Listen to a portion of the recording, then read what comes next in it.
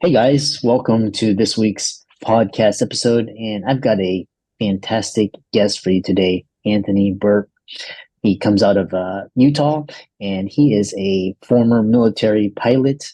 And what's interesting about him is he gives keynote speeches. He sold his company, he's retired, and he's passionate about entrepreneur. Today, we're going to be talking about Mach 2, leading, executing, communicating, innovating, and leadership lessons. So I'm really happy to have Major Anthony Bourke on the show. Welcome.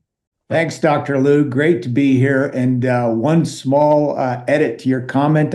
I'm not retired, and I don't really want to retire. I love what I do so much. I hope I can do it for the next 10 to 20 years. You are right, though. I did sell that company, and I've been involved in selling a couple others. So we can talk more about that later. Yeah, and also we'd like to keep this podcast informal, so please call me Chris. I hate the doctor title. You got it. And you can call me Yes, AB. Most people do. excellent. AB. So, kind of talking about your journey, in a nutshell, what you do, how you got there, and I'm excited to delve into the conversation.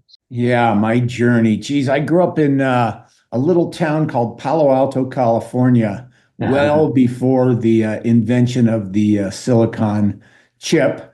Although I did have a neighbor named Bill Hewlett just down the street who started a pretty cool company called Hewlett Packard. But I grew up as a normal kid with a dream, and my dream was I wanted to be a fighter pilot. In fact, by the time I was probably 16 years old, the dream was even more formed. I was dreaming of becoming a 35-year-old F-16 pilot in the reserves, a United Airlines captain based in San Francisco, and a bachelor. I thought that would be the ultimate life. And it's good to have a plan. Sometimes they don't work out exactly as you hoped, but mine worked out pretty well. I went to UC Berkeley for college. I graduated. I joined the Air Force. I flew F-4 Phantoms on the active duty. And then after a couple years, I was lucky enough to get hired to fly F-16s in California, my life dream in beautiful Fresno, California. I was married. I'd had my first child, and the airlines wouldn't hire me. And that wasn't because I was a bad human being or a bad guy. It was because at that time I had about 1,000 hours of flight time, and they were looking for people with about 3,000 hours of flight time.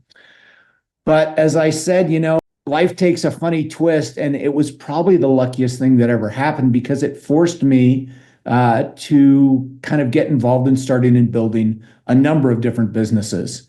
And so the first one we got involved in starting was I opened the regional branch for a mortgage bank called Weyerhaeuser Mortgage in the Central Valley of California. I loved that. I don't know why I ever left it because it was very good to me. I became their top producing mortgage banker in the Western United States. But somehow after about 3 years, I got lured into another startup, not particularly sexy. This was a family-owned paint manufacturing business out of Commerce, California, basically Los Angeles. And this family wanted to crack the Home Depot account. They wanted to sell their paint through Home Depot. And so they hired me and actually another fighter pilot to help them do just that. And we were pretty successful. We ultimately landed our paint. We had 40 feet of space in every Home Depot west of Minneapolis, which when I left was 420 stores and about $70 million of revenue. So that was rapid revenue growth, rapid expansion, lots of hiring, lots of strategy, and really executing it against that strategy. And it was a heck of a fun ride.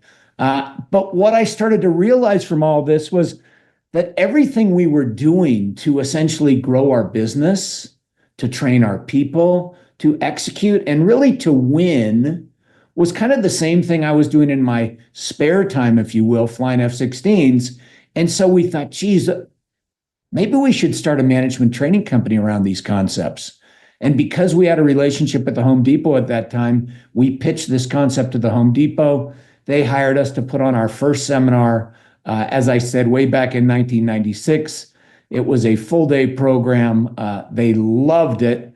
And the head of HR came to us afterwards and said, this is the best seminar training program we've ever done. I'm so excited. I want you to train all 2,500 of our store managers this year. And I think the rest of corporate America needs to hear your message. I'm going to call the Wall Street Journal and tell them about what we've experienced.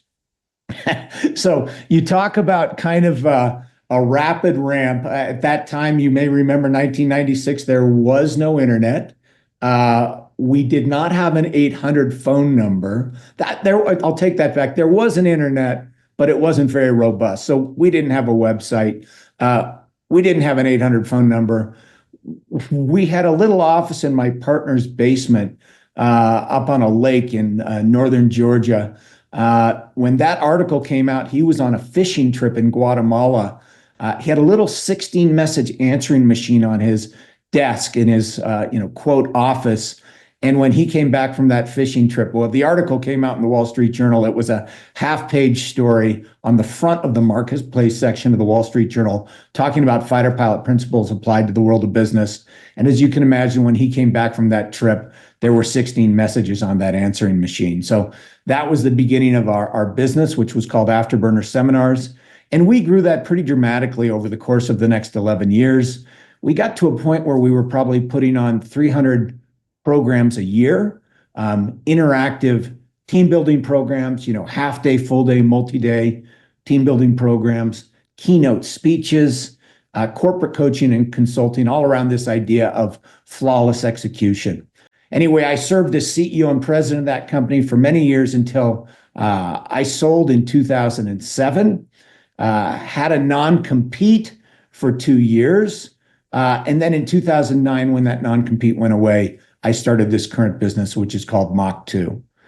And that may be even more than you wanted to hear, but I'll just stop right there because that's kind of my journey. Yeah, really interesting. And so kind of moving into the conversation, you talk about Mach 2. I mean, I'm not a military, I have no experience in the military. I've heard it, in the movies, but what is Mach 2? And talk about, leading, executing, communicating, innovating. We have around 7 minutes. So kind of, if you can condense it. I'll try to be concise. It's not my specialty. Mach 2, I named my company Mach 2 because Mach 2 represents twice the speed of sound, which is essentially about 1,500 miles an hour or 20 miles a minute. And that's as fast as I've ever gone in an airplane. Usually you go Mach 2 when you're in a real hurry. And in most cases, it's because you're running away from somebody. I also thought of it as Mach 2 because it was kind of my second engagement or my second go at this world of keynote speaking and corporate training. So a little bit of a dual entendre. Today, I speak about 40 to 50 times a year at corporate meetings and events. And as you said, on a variety of subjects. But as you said, I have speeches around leading at Mach 2, executing at Mach 2, communicating at Mach 2. And these ideas are just, essentially, how is it that fighter pilots achieve peak performance, drive better results, execute and win in a very rapidly changing environment, flying jets? And how can business people, how can organizations out there in the world use some of these same tools and techniques to improve their leadership, their teamwork, their communication, their discipline? And now I speak quite often about improving safety, whether it's patient safety in the healthcare world, or whether you're on a job site at ExxonMobil, or on a construction site, or even in the world of tech. So I cover a wide range of products, all based on fighter pilot principles and military leadership principles. Yeah, that's a really great, segue. And so, kind of talk about when you say communicating, innovating, and leading at Mach 2, what does that look like? And I'm just kind of, because, the speed of sound, but, what do you, like, how does this apply to, innovation and leadership and communications? Yeah, I talk a lot about what I call as a feedback loop of regular briefing and debriefing. Mm-hmm. I know you're a former doctor. Briefing and debriefing is probably something you're very familiar with, but let me talk about it for a second from a fighter pilot's perspective, and let's see how it applies to the world of business.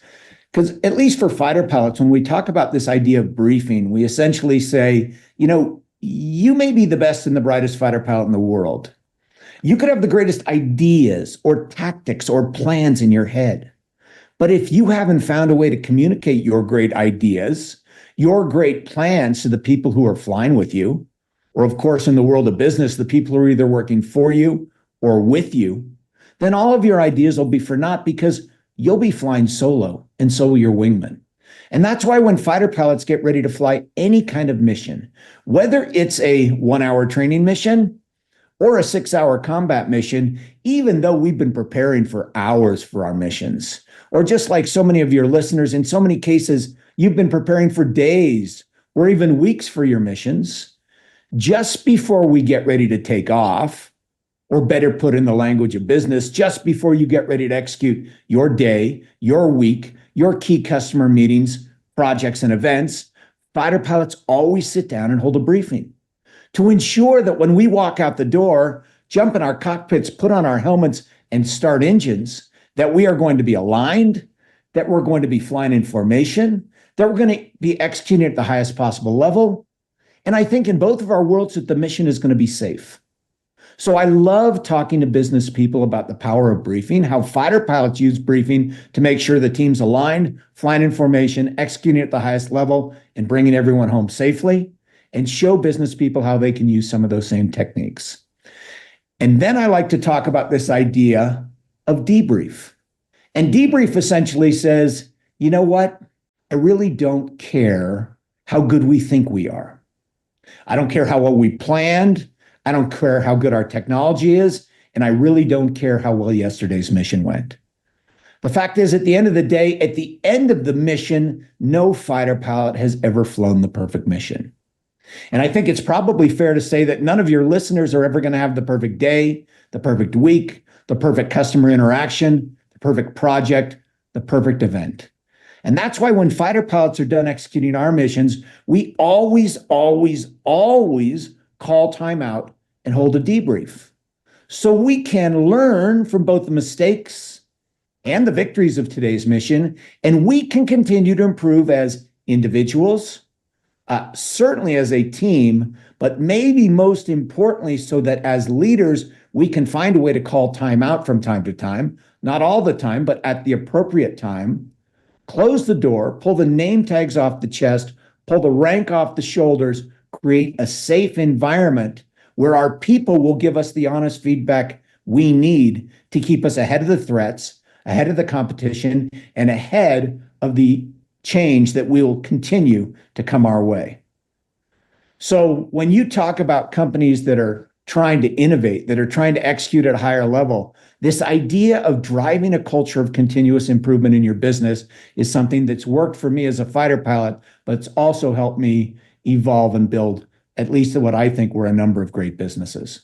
Yeah. And how can people find out more about you and follow you and reach out to you? So I hope you can see on the screen, my last name is spelled Bourke, Bourke, and my company website is Mach2consulting.com. Mach, of course, is spelled M as in Mike, ACH, the number 2, consulting.com. And that's probably the easiest way to find me. I mean, I'm certainly on most of your social media channels, LinkedIn, Facebook, even now TikTok. I'm getting hip. So I'm not that hard to find. Yeah. I really enjoyed this conversation. And for all the audience, let's thank AB for coming on and sharing his wisdom. And be sure to give his socials a like and follow. And thanks so much for coming on. Hey, Chris, really nice to meet you. And thanks for having me.